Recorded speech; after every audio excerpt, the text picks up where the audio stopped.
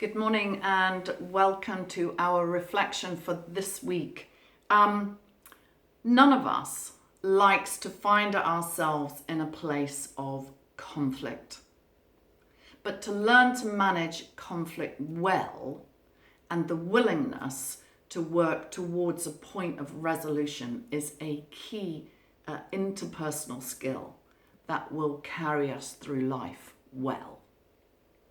At the heart of many conflicts, we can find one of three things: unforgiven hurt, unfulfilled expectations, or unmet needs.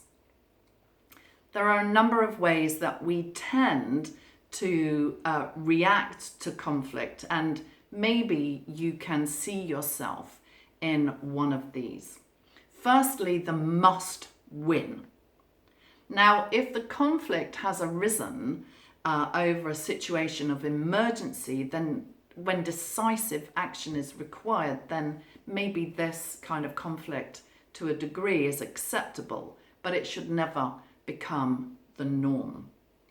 In many circumstances, this must win attitude equates to nothing more than bullying or control, and certainly won't win you any friends. Secondly, withdraw. This is all too painful, so I'm just going to hide away. It's okay to withdraw, to give space for the situation to cool down, for your emotions to cool down, but it's not great if withdrawing is simply a means to avoiding further conflict. Thirdly, yielding, giving in order to keep the peace.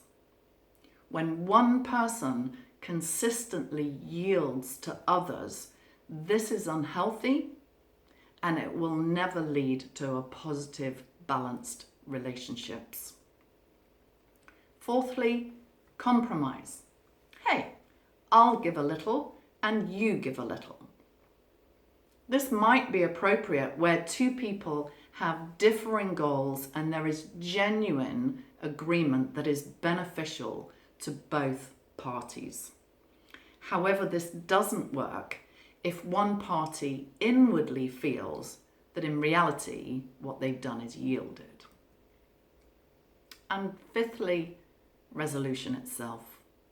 This should be our goal. However, it takes time and effort to merge together two people of differing perspectives. Resolution requires us to accept the fact that others are different, that their opinions are valid, and we can genuinely choose to love them anyway. So how do we go about resolving conflict?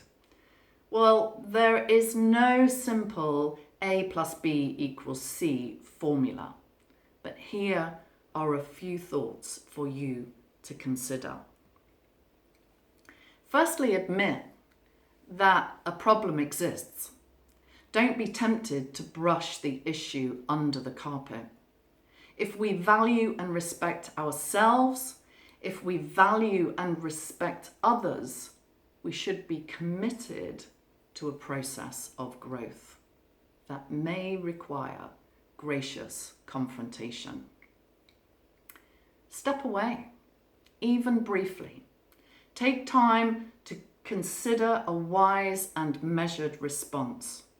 It is so much healthier than an angry, emotive, knee-jerk reaction. Be sure you have all the facts. All too often, we can be quick to judge when we only have half the picture.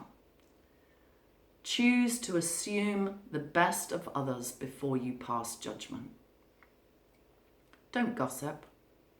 Yes, find a safe place where you can process what is happening, but avoid engaging in petty gossip that dishonors the other party and, quite frankly, in the long run, dishonors yourself.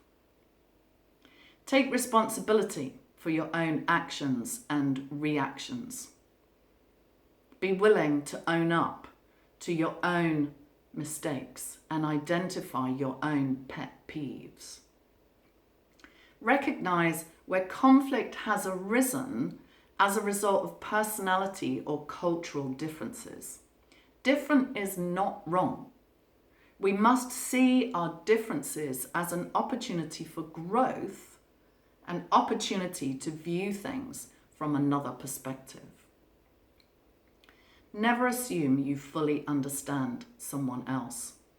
You'll find yourself on very rocky ground if you do.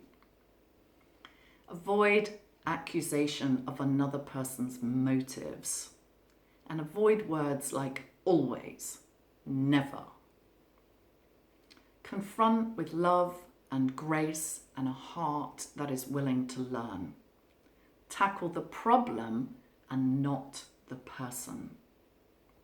Find an appropriate time and place. Avoid times when you're feeling tired or under pressure, and never confront or belittle others when there is an audience. Walk in humility and be willing to listen and to learn. This is about your growth as much as anyone else's. Always look for the positives. Where resolution cannot be found, agree to disagree in an agreeable manner. When all is said and done, your integrity is of greater importance than your reputation. Remember, confrontation and conflict resolution are never easy. But our commitment to grow in this area speaks well of how we value the growth and well-being of both others and ourselves. Have a fab week.